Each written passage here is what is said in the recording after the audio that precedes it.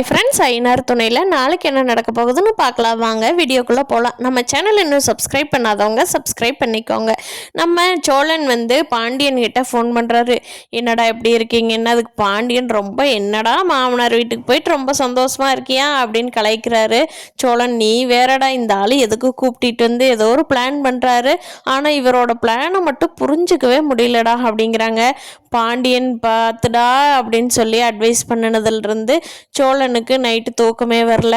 சரின்ட்டு வெளியில் கொஞ்ச நேரம் நடந்துட்டு இருந்துட்டு டைனிங் ஹாலுக்குள்ளே போகிறாரு. அப்போது அவங்க அப்பாவும் தாசும் பேசிகிட்டு இருக்கிறத கேட்குறாங்க. டேய், சோழனை நிலாவோட ரூமில் படுத்து தூங்க விடக்கூடாது, அதுக்கு என்ன பண்ணுவியோ பண்ணு அப்படின்னு பேசுகிறத கேட்டுறாரு சோழன்.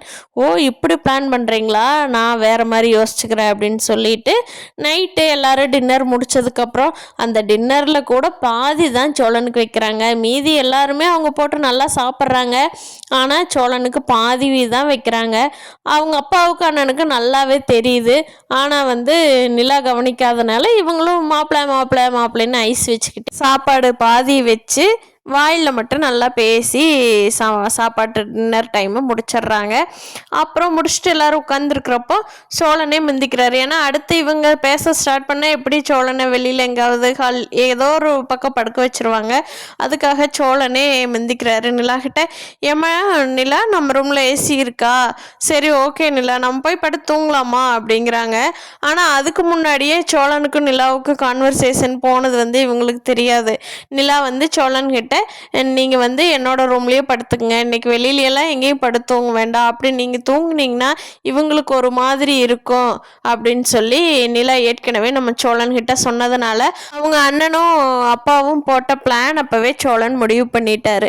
நிலாவும் நம்மளுக்கு சம்மதிச்சிட்டேன், இன்னி இதுக்கு என்ன அப்படின்னு சொல்லிட்டு, நிலா நம்ம ரூமில் ஏசியெல்லாம் ஒர்க் ஆகுதா, போய் படுத்தோங்களா அப்படின்னு சொல்லி கூப்பிட்றாரு.